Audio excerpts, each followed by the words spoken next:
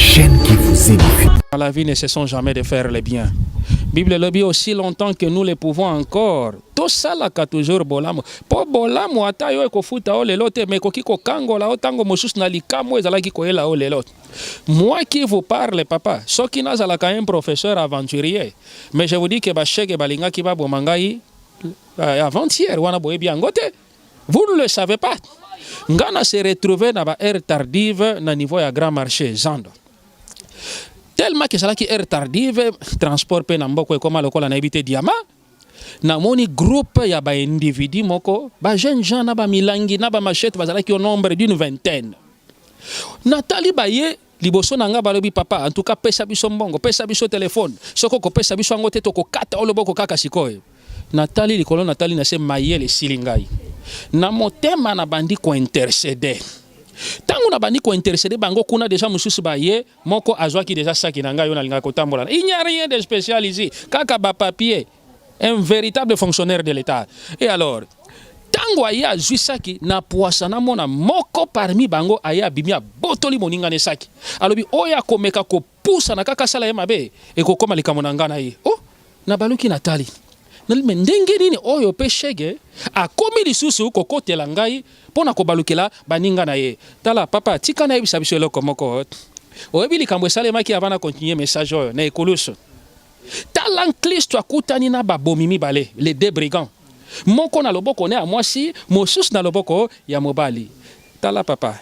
Bible lobby, même si je traverse la vallée de l'ombre et de la mort, je ne craindrai d'aucun mal car ta houlette et ton bâton me rassurent. Nzamba kango la kabao ya d'une manière ou d'une autre na lolenge oto satanda kana yango tete. Oyo kuna na ekulusu, mais yo lobaki ozali mwana na Nzambe. Ozo sala nini yao? Sauve-toi et sauve-nous. Mais Nangambo Mosus, on n'a pas là qui brigand. Mais vous vous imaginez qu'en tant que brigand, à Telemeli Malobaya, collègue nae brigand, pour défendre la cause de Jésus.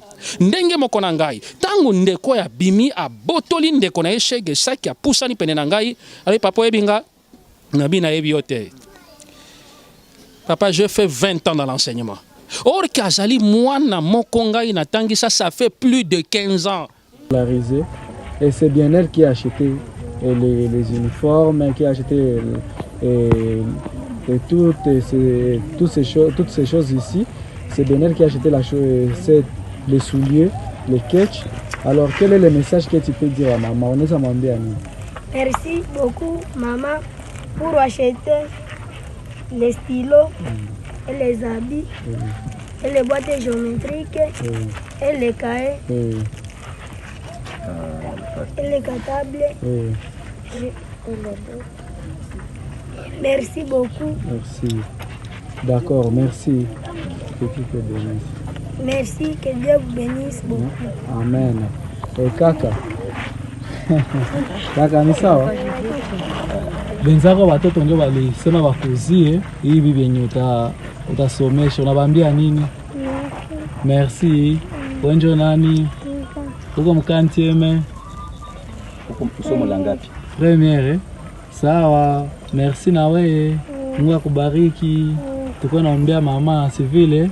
Sawa, asante. OK, monsieur le directeur. Et ça c'est l'image. Na avenir familia yake. Amen. Ile nyana anapandia kahawa. Mungu aipandie zaidi watoto yake. Amen.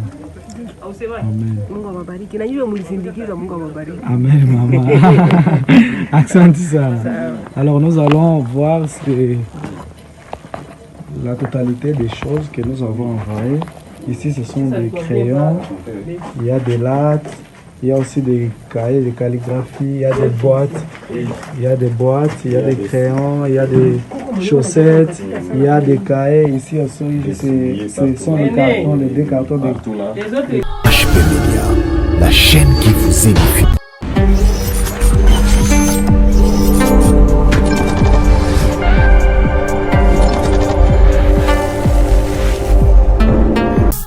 HP Media, la chaîne qui vous édifie. Vous êtes et voulez-vous investir à Kinshasa? Voulez-vous réjouir de vos business? L'opportunité à ne pas rater. Toronto City VIP à Maluku. un des meilleurs endroits pour résider ou implanter votre business. À quelques minutes du fleuve Congo, le fleuve de nos ancêtres, juste en face de la zone économique si spéciale qui est le quartier commercial et industriel de Maluku. Waouh! Non loin du centre de ville Maluku, un quartier en pleine expansion, à quelques mètres du Macadam. Toronto City vous propose un terrain de 20 mètres sur 20 avec des bornes cadastrales. Sur un site accessible, urbanisé, avec espace de jeu, espace vert, magasin, centre médical, marché, etc. Je vous appelle, venez nombrer et acheter. Donc, je voulais juste faire l'appel à nos frères de la diaspora, de partout où vous êtes, en Afrique, en Amérique, à l'Océanie, à l'Europe, en Asie, pour venir acheter les terrains que nous sommes juste en train de morceler. Vous allez bien voir qu'il y a des bornes, il y a même des travaux qui sont juste en train d'effectuer. Donc le terrain est bel et bien assuré. Il y a l'eau non loin de nous, vous allez voir, derrière moi c'est la régie des eaux. De l'autre côté c'est le société Vodacom. Et devant moi c'est juste World Vision. Là où Vision Mondiale sont juste aussi à un projet de construire les maisons pour ces travailleurs. Donc voilà, nous sommes ici à Maluku. C'est déjà un endroit habitable. Les quartiers, comme vous allez voir de l'autre côté, c'est déjà habitable. Il y a déjà les gens et c'est non loin parmi les autres cités que vous connaissez déjà. Donc je suis très fier de vous présenter ces produits qui n'est rien d'autre que, oui, nous achetons les voitures, nous achetons tout ce que nous pouvons avoir. Mais avoir une parcelle, c'est vraiment une très bonne chose.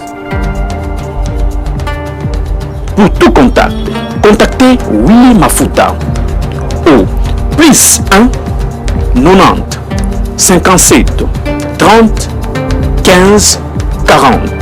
Toronto City, waouh, les 4 qui nous réservent l'avenir de demain. Vive le Congo, vive Kinshasa. HP Media, la chaîne qui vous édifie. En tout cas, nous disons merci beaucoup, encore merci. Chose croire que nous croyons que Dieu ne va pas vraiment abandonner ses bienfaiteurs, qu'il continue à les protéger, à multiplier leurs efforts, leurs démarches, ainsi de suite. Je ne manquerai pas aussi à soulever toujours le problème de l'orphelinat, parce que l'orphelinat n'a pas une assistance. Et le fondateur n'est plus en vie, il est décédé depuis 2019 qu'il est décédé. À partir de cette année-là, jusqu'à maintenant, vraiment, ce sont des tracasseries, des souffrances, toujours souffrances. Parce que ici chez nous, vraiment, la vie coûte cher. Ce n'est pas facile, vraiment, de saisir la vie. Tous ces enfants sont des orphelins, tous ceux qui sont ici. Oui, ces enfants, il y a de ces enfants-là, orphelins du papa, maman, orphelins de maman, d'autres sont des orphelins de père. Alors, c'est un milieu-là vraiment qui est très reculé, un milieu-là qui est frappé avec la vulnérabilité. Alors, on avait bon jugé que malgré il n'y a pas une assistance, nous ne pouvons pas abandonner cette future génération, parce que demain ou après-demain, ils seront des gouvernements. Qu'elle va te scolariser. Et c'est bien elle qui a acheté les uniformes, qui a acheté toutes ces choses ici. C'est bien elle qui a acheté les souliers, les ketchs. Alors quel est le message que tu peux dire à maman? On est à demander à nous. Merci beaucoup, maman, pour acheter les stylos, et les habits, et les boîtes géométriques, et les cahiers, et les cartables. Merci beaucoup. Merci. D'accord, merci. Que Dieu te bénisse.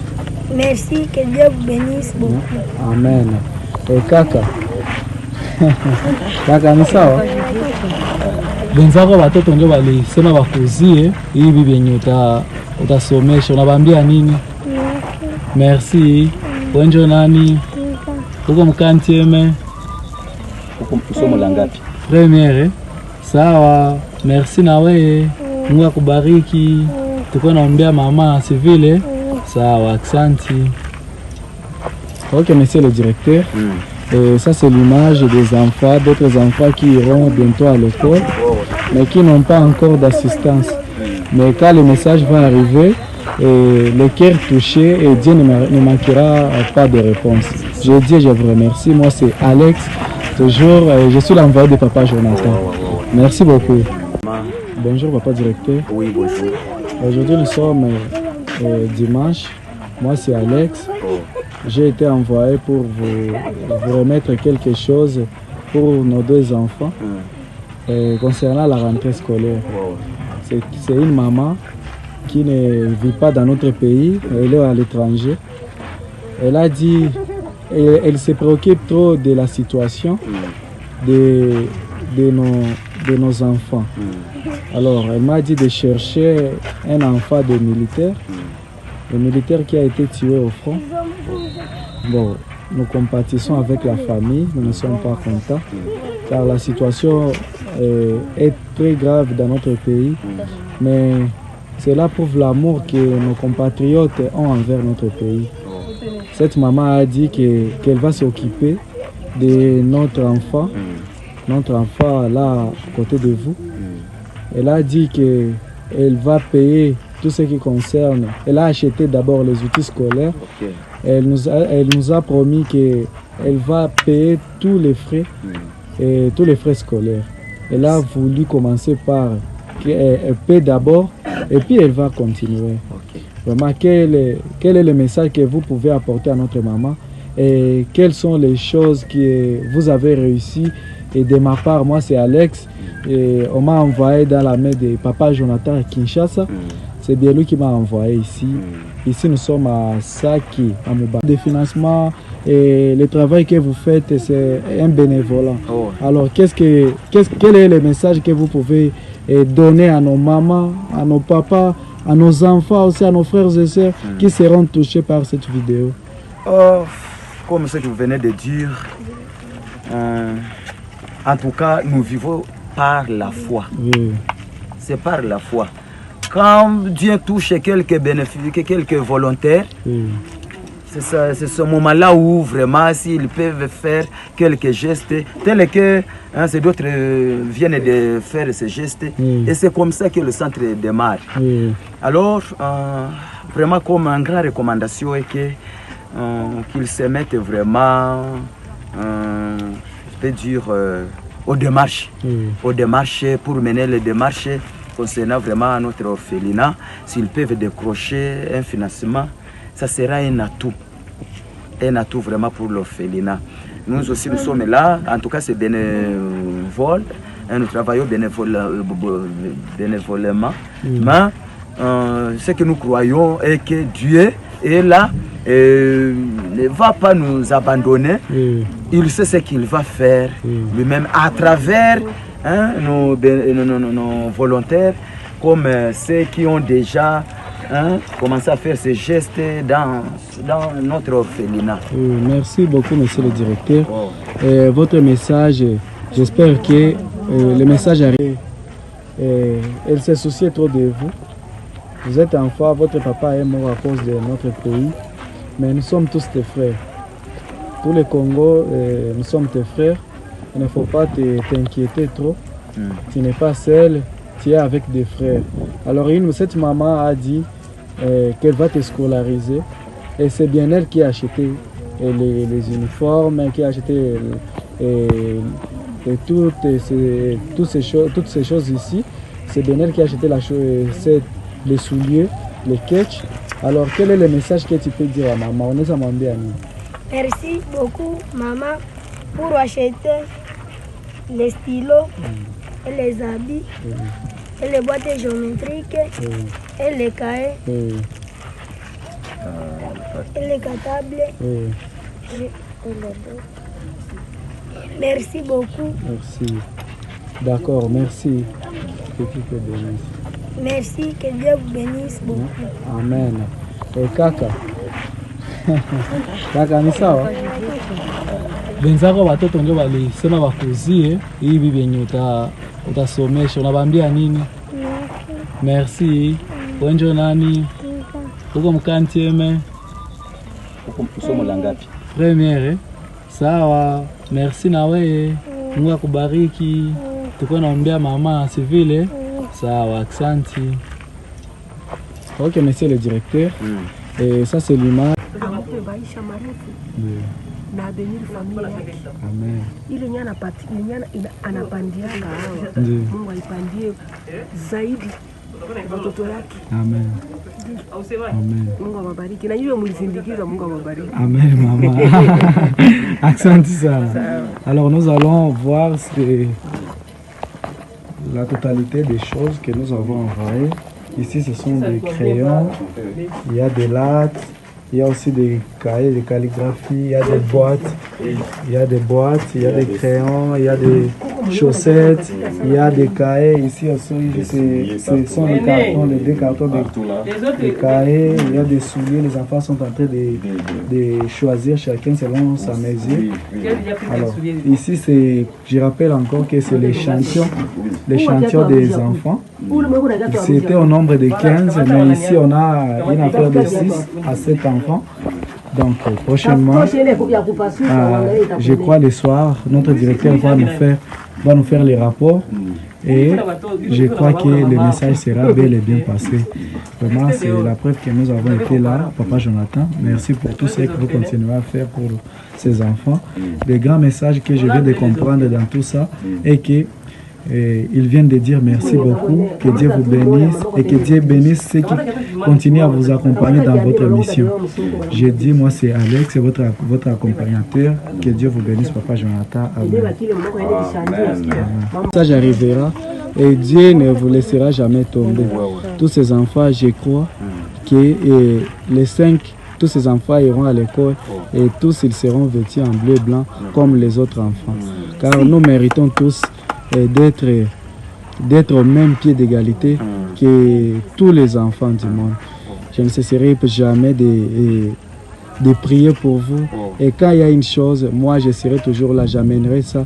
Et comme on me l'a envoyé, et surtout union de prière, et Dieu fera le reste. Merci beaucoup. Kaka, ulisema jina kwa nani? Le nom c'est qui?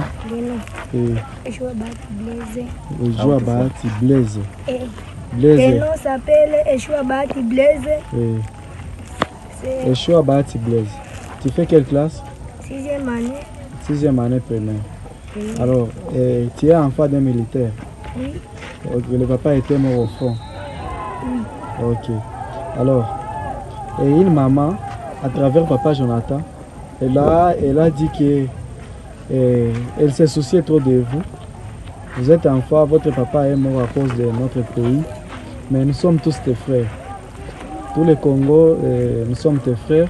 Il ne faut pas t'inquiéter trop.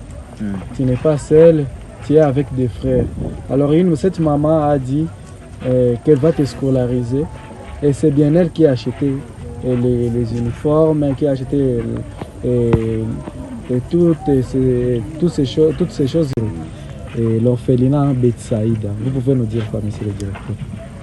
Nous disons vraiment merci, encore merci, pour vraiment ce sourire-là, vraiment, qu'ils ont pour aider nos enfants qui ont perdu leurs parents dans le front des combats. En tout cas, on n'avait pas une assistance. On n'avait pas rien, donc rien. Même nous demandions comment nous allons nous positionner concernant la rentrée scolaire. Mais grâce à Dieu, vraiment, quand j'ai reçu votre appel, j'ai dit vraiment merci beaucoup à Dieu d'avoir touché la maman là pour qu'elle puisse prendre en charge cet enfant ici.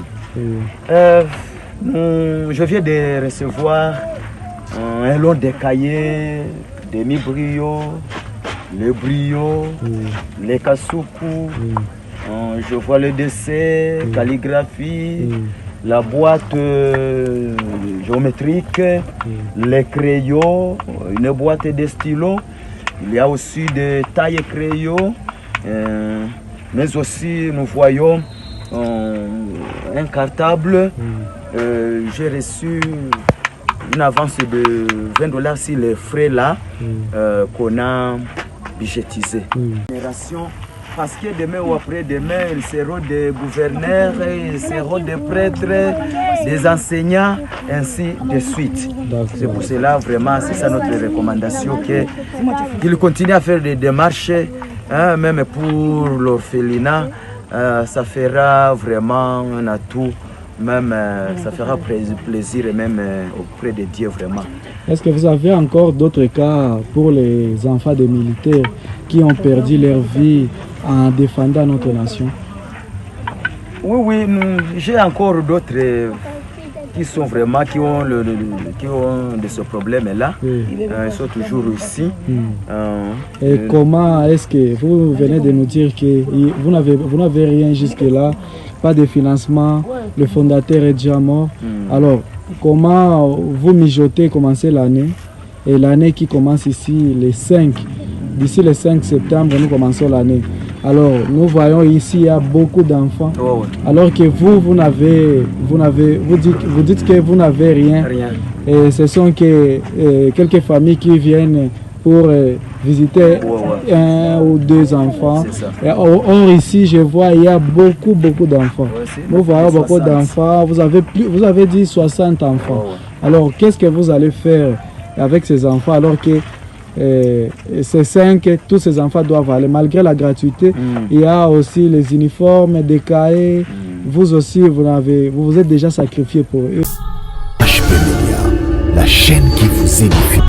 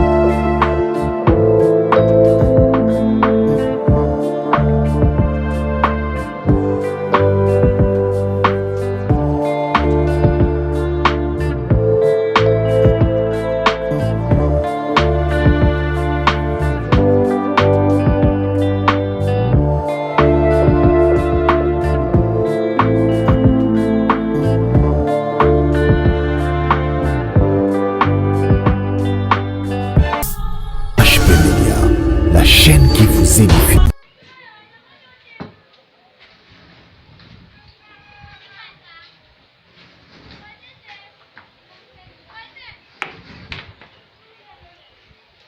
Bonjour ingénieur.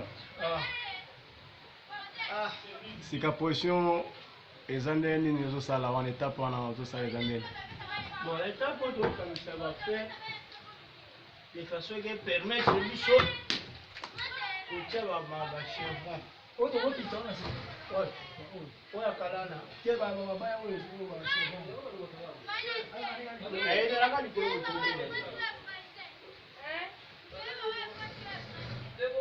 Zana je vais. Na je vais ma non on a ma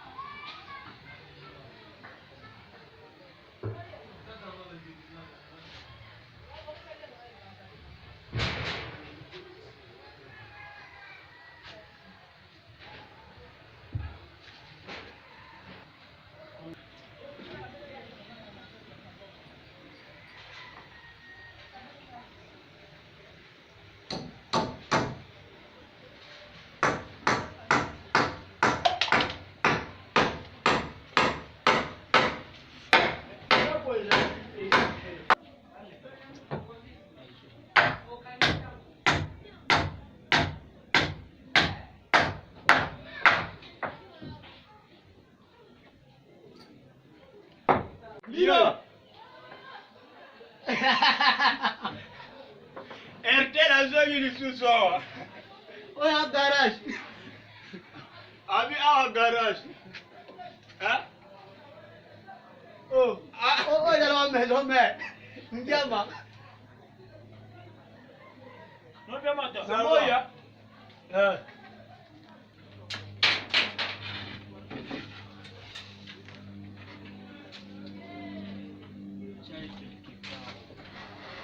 Kawana wana. Tiens, kaka. Au double personnel. Ah.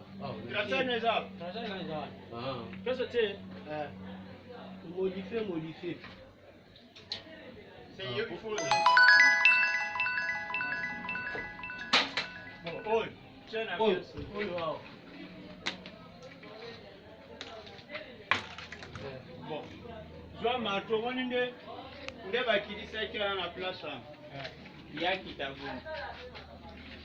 Mais la préférée pour toi, c'est la cape. Pour toi, c'est Nicolo.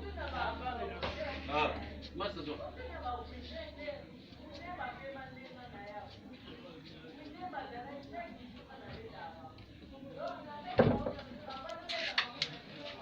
Ça va mettre un tracé pour le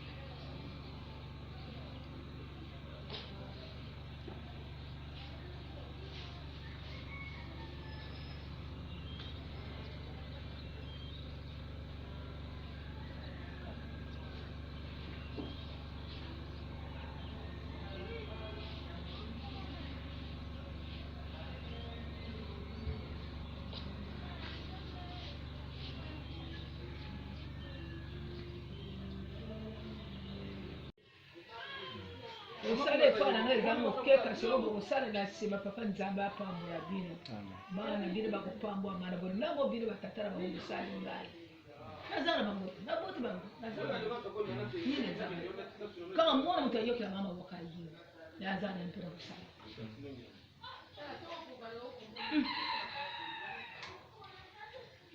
namakambo so ozobokola bayima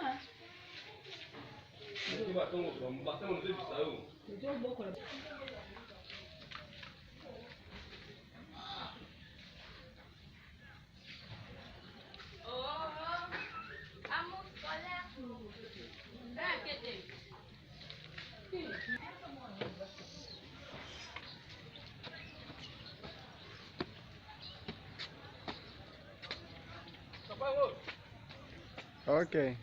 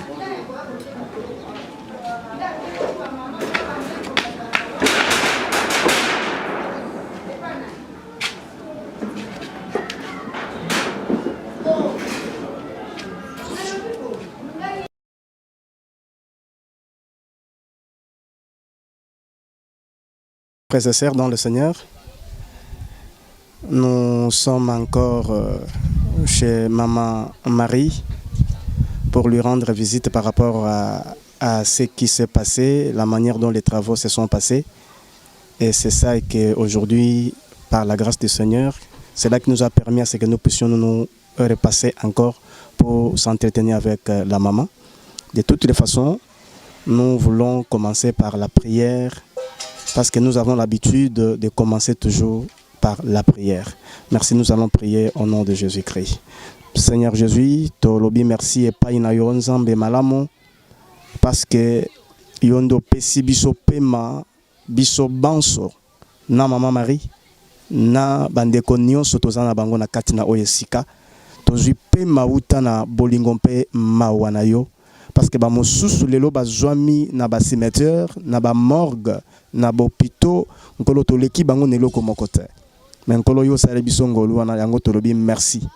Bongo nzamba lola toza ko bonzela moment nyonso o tolingi tolekisa ensemble na Maman Marie na kati na oyesika yo banda na biso kino na suka molimo mosanto asunga biso apesa biso maloba nyonso oyo ko permettre na édification na peuple na yo mpe na libota oyo tobondeli bongo na kombo na Yesu Masia nde tolobi amen. Merci.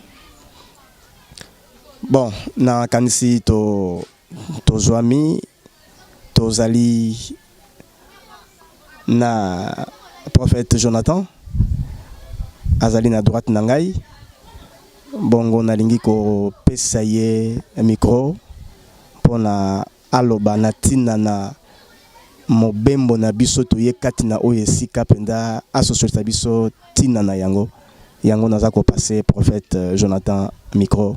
Merci prophète. Bonjour prophète. Merci beaucoup. Merci beaucoup papa nkola pambola yo. Na tondi sami lisusu na esengo mingi ya kotambola elongo na lisanga na bana na Nzambe basali na Nzambe po toleka na komona Maman Marie mokolo ya lelo. Soki tokei na makomi Biblia eza koloba ete suka na likambo ezali na motuya koleka ebandeli. Ya solo kati na etumba oyo na mikakatano na mama touti mosika. Pe ndenge na limbolaki yango la fois passée parce que lelo si je ne me trompe pas tozali lundi ou mardi comme ça. Tozali mardi le 29 octobre 2019. Touti na etumba oyo ya likambo na Maman Marie, je le disais tantôt, moi mosika. Lokola nkolo apesaki biso recommandation ete likambo oyo tobandi tokoma nango kino suka. Yango na limbolaki malamu mpona bandeko bazalaki kolanda biso baleka na komitungisa mate tango bazomona biso mingi tozozongela mama na biso. Ya solo Nzamba za malamu papa. Kotala ndenge toutaki na mama na ebandeli na makambo nyonso na esika tozali lelo. Na kanisi mama azali enfin capable ya kotia quand même mutu na kati na ndako. Pe na ndenge tokomona na bilili na moni ndako yango vraiment elati bilamba po ezalaki bolumbu liboso. Elati quand même bilamba ezali vraiment esengo pe kimia. Pe na kanisi kobanda lelo nakoki kozwa mwa pongisi ko na kimia. Pe pasteur na koleka kotungisa o lisusu mingi tene nazali kotungisa liboso pona ebi ete nazalaki kotungisa o mingi po a chaque fois tango nyonso soki namoni likolo eyindi nazalaki na kimia te. Nazalaki tango nyonso kobenga yo papa ndenge nini Maman Marie kasi tika ete nkolo azwa lokumu lokola lelo ndako yango elati bilamba, c'est-à-dire tomoni ete batol eza enfin fixé, eza posé, charpente ezali nakanisi tango ndeko na biso cameraman akokota na kati ya kozwa pe bilili ekozala malamu mingi nde na tina na yango. Merci na ngai ezali nanu mingi penza pona bandeko nyonso de près tout comme de loin o balekaki na ko apporter leur pierre de contribution pour maman na biso azwa kimia na motema. Nalobi bien merci na ngai ezali de près tout comme de loin. Tant mieux que maman Marie et moko tango kozong sele maloba kozala pe na ba remerciement ya kopesa, mais ngai nanu au nom de maman Marie donc tokena lingala na kombo ya maman Marie. Na pesi bandeko nyonso merci ya mingi. Merci ya mingi. Po makomi alobi ete bolamu nyonso oyo toza kosala na se na moi ekendaka pamba te. Nkolo aza kograve yango quelque part dans un livre de souvenirs toyebi histoire ya Mardoché Malamu. Napesaka biso témoignage moko un jour. Oyebi papa pe bana na nzambe baza kolanda biso dans la vie ne cessons jamais de faire le bien. Bible lobi aussi longtemps que nous le pouvons encore. To salaka toujours bolamu. Po bolamu ata yo ekofuta o lelo te me koki kokangola o tango mosusu na likambo ezalaki koyela o lelo. Moi qui vous parle papa, soki nazalaka un professeur aventurier, mais je vous dis que ba cheke balinga ki ba bomangai avant-hier wana boyebi angote. Vous ne le savez pas. Ngana se retrouvé dans la aire tardive na niveau ya grand marché Zando. Tellement que ça qui aire tardive transport pe na mboko ekoma lokola na ebité diama. Na moni groupe ya ba individu moko ba jeune gens na ba milangi na ba machette bazala ki au nombre d'une vingtaine. Nathalie baye liboso nanga balobi papa en tout cas pesa biso mbongo pesa biso téléphone soko ko pesa biso ngote to ko kata oloboko kaka sikoy. Nathalie likolo Nathalie na se mayele silingai. Na motema na bandi ko intercéder. Tango na bandi ko intercéder bango kuna déjà mususu baye moko azwaki déjà saki na ngai yo na linga kotambola. Il n'y a rien de spécial ici. Kaka ba papier, un véritable fonctionnaire de l'État. Et alors, tango aya azwi saki na poisana mona moko parmi bango aya bimia botoli moninga ne saki. Alobi oya komeka ko pousa na kaka sala mabe e ko koma likamo na ngana yi. Oh, na baluki Nathalie. Mais ndenge nini oyo pe shege akomi lisusu kokotela ngai pona kobalukela baninga na ye. Tala papa tika na yebisa biso eloko moko. Oyebi likambo esalemaki avant na continuer message oyo na ekolusu. Tala Kristo akutani na babomi mibale les deux brigands. Moko na loboko ne a mwasi, mosusu na loboko ya mobali. Tala papa. Bible lobi, même si je traverse la vallée de l'ombre et de la mort, je ne craindrai d'aucun mal car ta houlette et ton bâton me rassurent. Nzamba kango la kabao ya d'une manière ou d'une autre na lolenge oto satanda kana yango te. Oyo kuna na ekulusu, mais yo lobaki ozali mwana na nzambe. Ozo sala nini yao? Sauve-toi et sauve-nous. Mais Nangambo Mosus, on n'a pas là qui brigand. Mais vous vous imaginez qu'en tant que brigand, à Telemeli Malobaya, collègue nae brigand, pour défendre la cause de Jésus.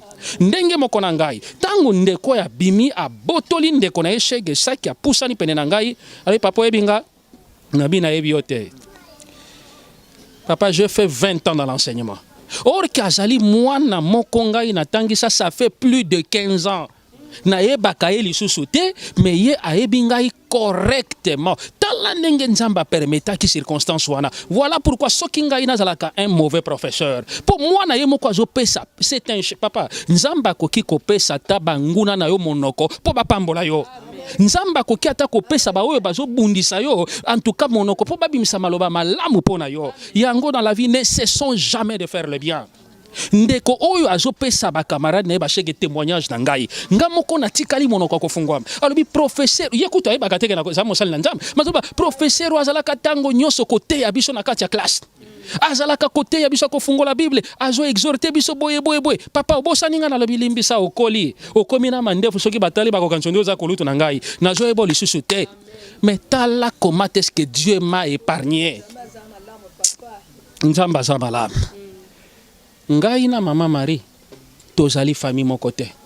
Mama azali moto abandondo. Ngai naza moto abandondo te. Mais en Christ nous sommes tous un. Po tozako kabola te. Bandundu, ba Congo, Équateur, Kisangani, soki nini, nyonso biso nyonso toza ba Congolais. Je l'ai toujours dit. En tout cas, merci na ngai ndenge nazalaki koloba na bandeko nyonso sans distinction de race. O bakanisaki kotia la main dans les paniers pour na kosunga mama. Les lorsque qui te baluki totali mama to komona quand même matama mama j'ai moi forme c'est-à-dire esengo. Papa esengo ekimisaka nzala.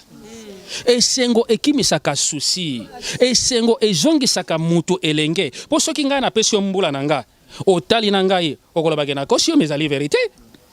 Esengo Bible lobi soyez toujours joyeuse. Nzamba zwa lokumu lokola mama azongisi esengo. Po lelo mama koki kokota na ndako, mama kokende lisusu kosabrite kuna na ngambo te, akovanda yo kape quand même makelela mbula ya batoli ya ndako na ye, epesa epe pongi moko ya kitoko apesa pe Nzambe merci. Yango na pesi merci na bandeko nyonso o babandaki na biso etumba oyo pe bakomisi biso kino na suka. Pe na kosukisa na liloba oyo. Biso pe lokolo ezali mokolo oto ekosilisa makambo na Mama Marie. C'est vrai que la suite ekozala lisusu likambo ya bililité, mais tokotika Mama Marie boite. Yambo biso tokende. Nakanisi tokokota pe tomona ndako ndenge komi pe tokobondela na Mama Marie, tokozongisa ye, tokozongisa ndako na maboko na Nzambe pe nkolo aleka na kozwa lokumu. Nakanisi une fois de plus révérend pasteur Nzamba Pambola yo kasi ndenge totamboli kaka ngai na yo te. Mama akoki kosukisa na maloba pe koloba oyo ya ye. Kasi nakanisi na ngambo na ngai na loboko ya mwasi tozali pe na mosali na Nzambe. Atako peut-être représenta qui était tika nga na présenter Mama Gertrude. Mama Gertrude azali nani? Mama Gertrude azali moko na basali na Nzambe. Yepe azalaki kolanda Mama Marie, mama oyo moni avandi wana mwana na yo, azali moko na bandeko pe azalaki kolanda biso na ba émission. Abandi kolanda biso uta sanza ya décembre. Nzambe alekaki na kotouche motema na ye. Azali pe moko na baoyo achaki loboko na kati na kitunga po ete mosala o esalema. Kasi ayebisi ngai te papa, lelo lokola ozokende po bosilisa na Mama Marie, ngai pe na kotambola na kende na mona mama. Nga pe naza na liloba o na koloba na mama. Nakanisi mama zali ye moko te, na ngambo na biso tozali na évangéliste Christian. Ye pe tozalaki na esika oyo. Ye pa lobi te prophète. Ngai pe na kozala na liloba ya kobakisa. Kola pambola biso nakanisi o nazalaki nango yango wana bandeko pe bazana liloba nde tokosukisa na Mama Marie pe tokoyeba nini tokosala. Merci. Merci prophète Jonathan mpona maloba nyonso yebimi kati na yo. Bongo Mama Gertrude na kolanda oyo prophète auti koloba mpe na komona oyo yo moni epa na Mama Marie liloba nini yokoki koloba mpona oyo yo moni mpe oyo yo yoki. Na pamboli na Nzambe kokoma na ngao esika pe komona Mama Marie. Bon, nazalaki na compassion makasi pour na Mama Marie. Ngape naza veuve, hein, maman. Naza veuve. Comme on a bolenge na ngai te, mais Nzambe a permetté que na koma veuve. Volume. Bon, nazalaka na kimia. Pour na pesa bomo na ngepa Nzambe nazalaka na suscité. Pour na biki wa simbinga za makasi. Yé mon kalobaki qu'il est le défenseur des veuves, le père des orphelins. Alors soko kangami na ye ozano desute ngana za na mutune sengo en tout cas na za na mutune sengo na début ezaki pasi moi mawa kolela lela mais ana ye ko yeba nani nazana ye ko yeba vraie identité na ngasika mama na koma mutune sengo alors ana landa prophète sala nga pasi nga bete nga pina sala oya ngana ko kai ko sala na mukola lolo ba na ko rato occasion na telefona mona mama na ngai na mona ye tokutana en tout cas na pambuli Nzambe nde na monio na sepeli nazane sengo mingi Nzambe yazwa lokumu elo nazaki nango ya koloba yango wana. Merci. Oui, merci Mama Gertrude, évangéliste Christian. Nakanisi ezalimba na liboso te pote yo okoma awa omonaki elelo omoni lisusu ndenge Bartimée alobaki alobi nalingi na mona lisusu e yo mpe olobi te il faut na mona lisusu mpe omoni lisusu ndenge mosalo yesalemi niloba nini yokoki koloba par rapport na oyo yo omoni mpe oyo yo yoki uta na prophète. Merci révérend. Liloba langai nakozala mulai mingi te nazoko pambola nkolo nakomona mama oyo jour à liboso oyo nakomaki awa nalelaki naleli nalobi mama atako famille etiki yo atako bana na yo moko batiki yo yeba te ata bana na Nzambe bakotika yo te bakotika yo te kolela te na komona prophète Jonathan na bonne initiative na ye na don oyo na motema oyo Nzambe apesa ye surtout ya kosunga batu oyo bazali na pasi a associé biso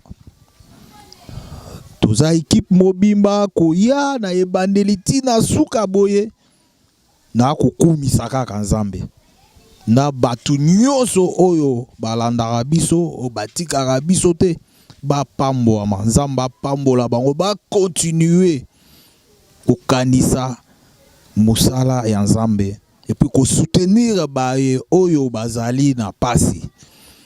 En tout cas, merci Mingi prophète, merci révérend, merci maman Gertrude, maman Marie Nzambe apambola yo. Tiana makanisi na yo ke ozali yo mokote, ozali na biso bana Nzambe et surtout basali Nzambe. Merci. Merci Bandeko Balandi. Bana Nzambe, vraiment Tolandi Malobanyo Solobami. Et ma commune Nzambe Zolobana Mokana na Jacques 4,17 si je ne me trompe pas, c'est lui qui sait faire le bien qui ne le fait pas comme un péché.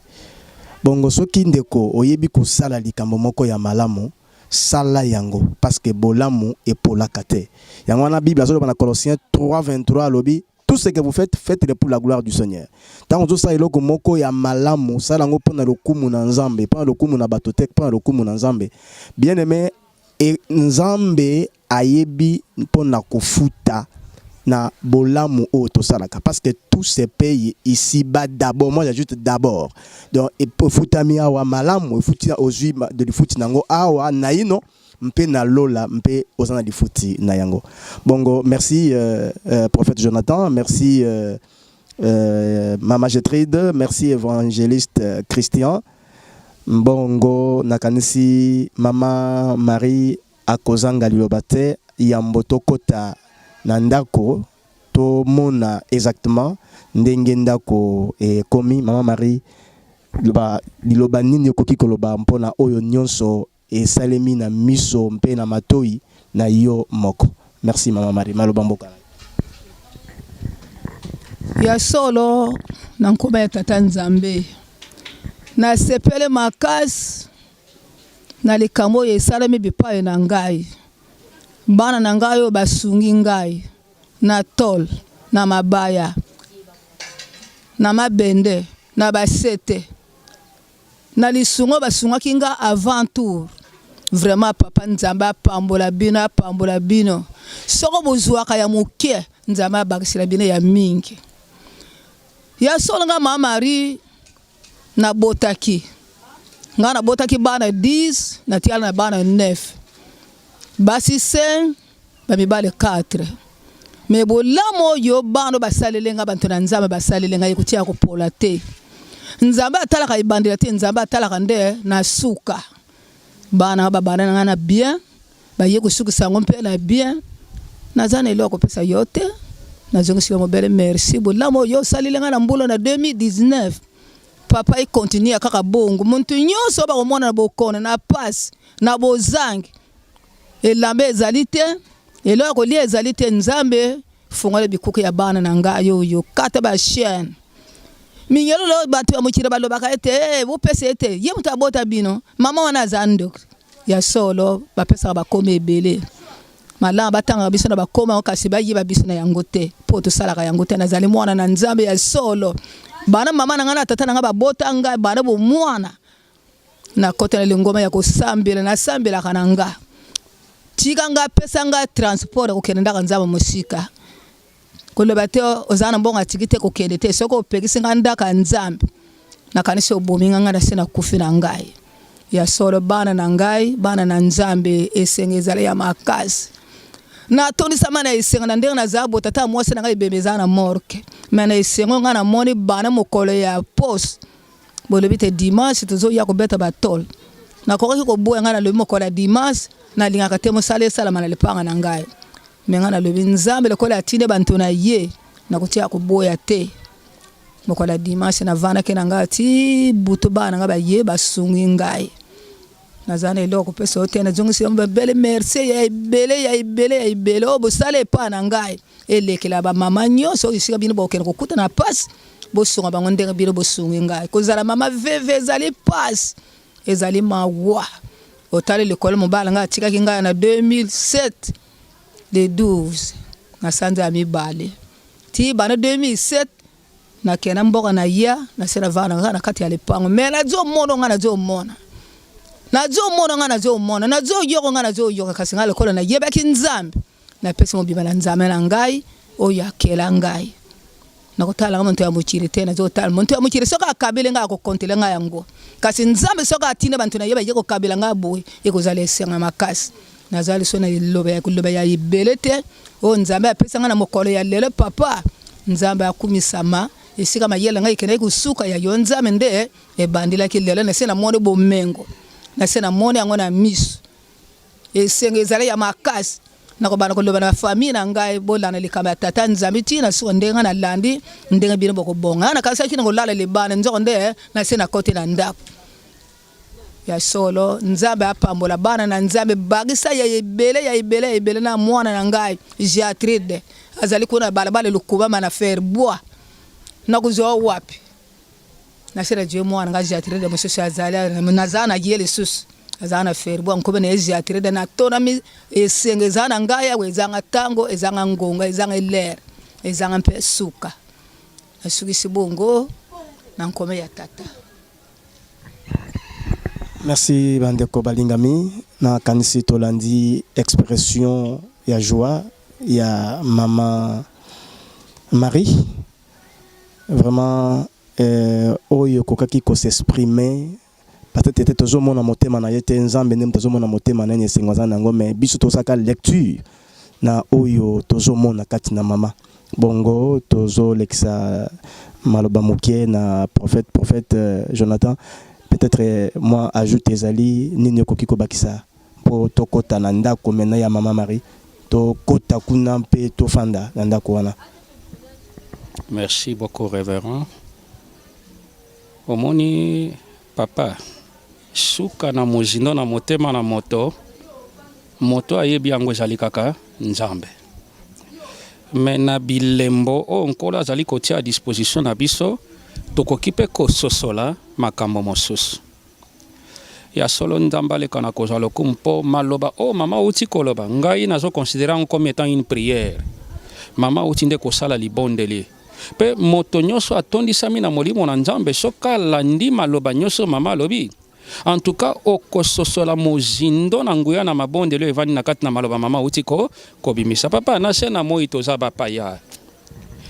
bapaya nzambe nazobondela kaka lokola tosilisi tumboy afungulela ngai sikoyo nzela tokoba na malako to message na ye oyo esengeli tokomisela bana na ye toza baleki nzela toza bapaya mama omoni mokolo biso nyonso tokososola ete vanité de vanité tout est vanité nakanisi to na lingala balobi tina te ezali na tina nakanisi nde tokolongola tango mosusu mitema mabe kati na bomoi na biso po ezana bandeko mosusu na se na moi azo préféré akende koinvestir na débauche akende koinvestir na yebi te na bamiziki ya pamba ya mokili ezali kopesa nzambe lokumu te akende koinvestir meme na bitumba bato bakata na mitu apesa mbongo bato basomba baminduki basomba bamashete baboma bandeko na bango bato orke elanga ya malamu ndenge revorolo bakatango nyonso eyango oyo koinvestir ne na mosala na nzambe mais problème ezali te mama nyonso toza komona na se na moi esengeli ekokisa mabongo po toza baleki nzela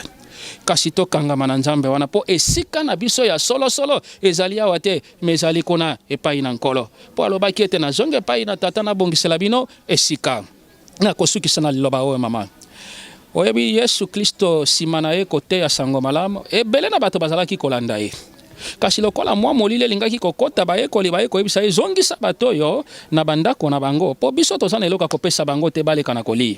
Yesu ayebisaki bayekoli nini bino moko bopesa bango bilei.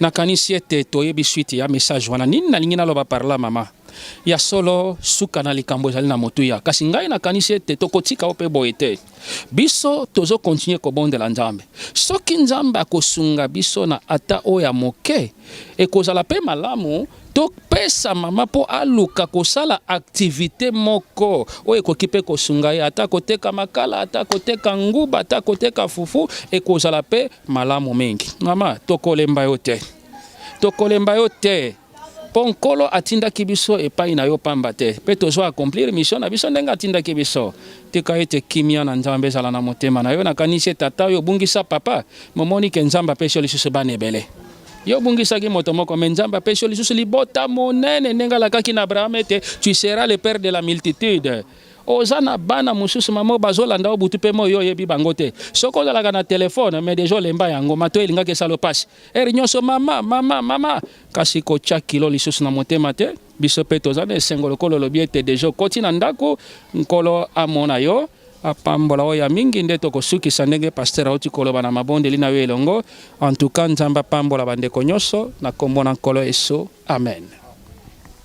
Merci bandeko balingami tolandi nyonso yeuti koleka vraiment chose curieuse tango na ye jour ya dimanche donc jour ya samedi charpentier azali même na souci habité azo banda musala na koti na ndako na kuti même ba mai na ba chambre donc mai penza mai.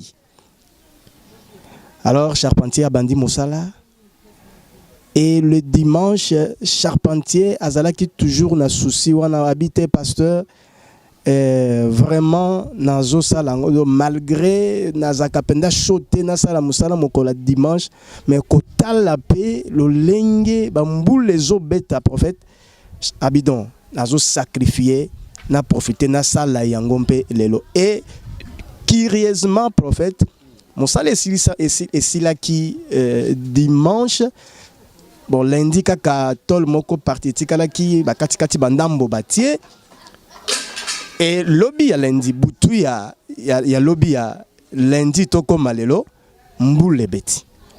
Voilà vraiment souci oyo pe charpentier azalaki na yango et biso souci tozalaki na yango ke mama alala nesika ya kimia et je pense lelo mama alalaki na kimia mbula ntango ebandi et lobeli yelo côté parce que azalaki déjà na kati vraiment Nzambe azwa lokumu mpona oyo nyonso nde uti koleka bongo toza koluka tokota maintenant na kati ndako mama Marie po to yeba kosilisa makambo nyonso na kati kuna. Merci. HP Media, la chaîne qui vous édifie.